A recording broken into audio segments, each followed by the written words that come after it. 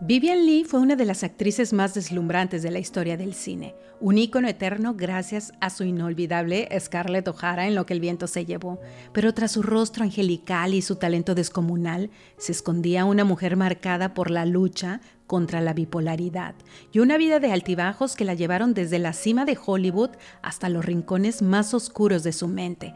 Su historia es la de una estrella apasionada, frágil y valiente que brilló intensamente mientras se enfrentaba a demonios internos.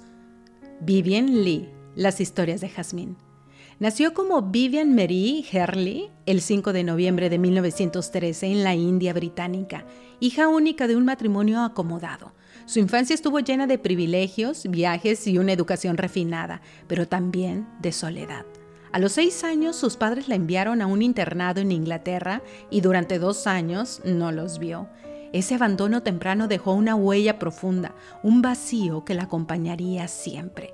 Desde niña, Vivien tenía un aire sofisticado y una sensibilidad única. Soñaba con ser actriz, un deseo que su madre alentaba al inculcarle el amor por el arte. Aunque la sociedad de la época no veía con buenos ojos esa profesión para una joven de su clase. Sin embargo, ella no se doblegó. Convenció a su padre para que la inscribiera en la Real Academia de Arte Dramático en Londres. A los 17 años conoció a Herbert Lee Holman, un abogado 13 años mayor que ella. Se casaron el 20 de diciembre de 1932 cuando Vivien apenas tenía 18 años. Abandonó sus estudios de actuación y 10 meses después dio a luz a su única hija, Susan.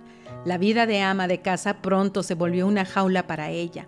Aunque Herbert la apoyaba, no entendía su pasión por el teatro y Vivien se sentía atrapada, lejos de sus sueños. Decidida a cambiar su destino, contrató a un agente que le sugirió adoptar un nombre artístico. Tomó el segundo apellido de su esposo y nació Vivien Leigh, un nombre que sonaba más glamuroso según ella. Su talento no tardó en brillar. A los 22 años actuó en la obra La Máscara de la Virtud, que le ganó el aplauso de la crítica. Fue entonces cuando vio a Laurence Olivier en una obra y quedó fascinada. Le confesó a una amiga que algún día se casaría con él, sin importar que ambos ya tuvieran pareja.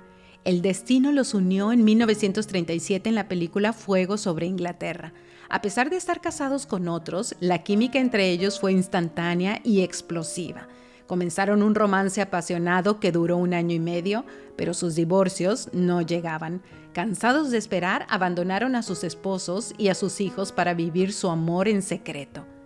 Mientras su vida personal ardía, su carrera despegaba, pero también aparecieron los primeros signos de su bipolaridad.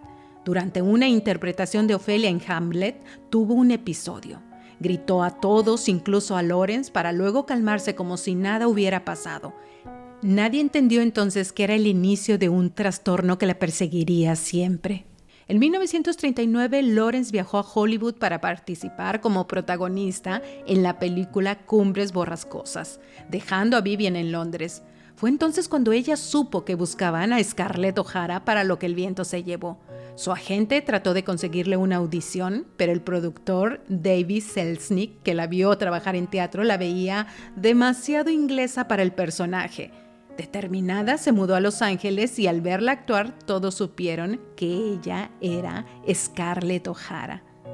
El rodaje fue agotador. 16 horas diarias, 4 cajetillas de cigarrillos, somníferos para dormir, humillaciones del director que le exigía rellenos en el pecho y un sueldo 5 veces menor que el de Clark Gable, a pesar de trabajar el doble. Pero su esfuerzo valió la pena. La película arrasó, ganó 10 premios Oscar, incluido el de Mejor Actriz para Vivien a los 26 años.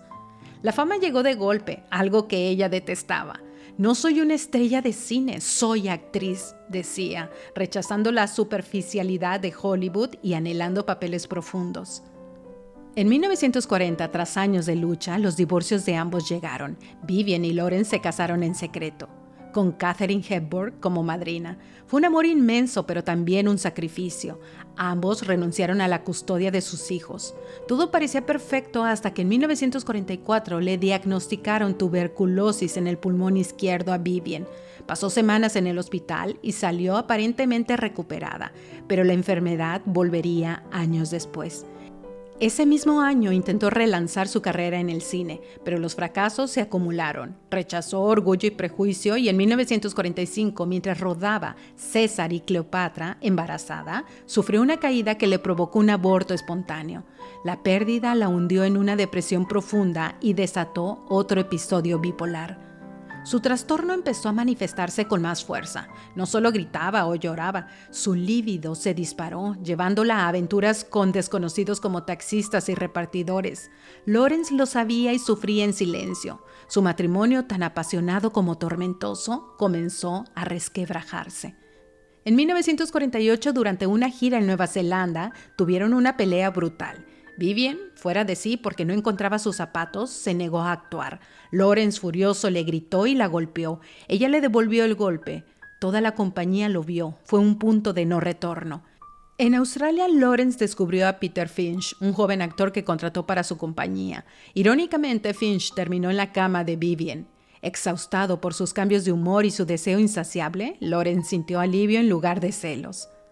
Aún así, Vivian encontró fuerza para brillar de nuevo. En 1949 interpretó a Blanche Dubois en la obra Un tranvía llamado Deseo.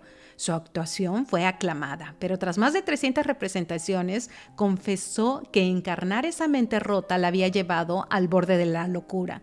En 1951, Hollywood adaptó la obra al cine con Marlon Brando como compañero. Ganó su segundo Oscar consolidándola como leyenda, pero su salud mental seguía deteriorándose. En 1953, mientras rodaba Elephant Walk, tuvo una crisis tan grave que intentó suicidarse en un avión rumbo a Los Ángeles. Los estudios la reemplazaron por Liz Taylor. Sedada y enviada a Inglaterra, Lawrence, desesperado, la internó 3 meses en un manicomio.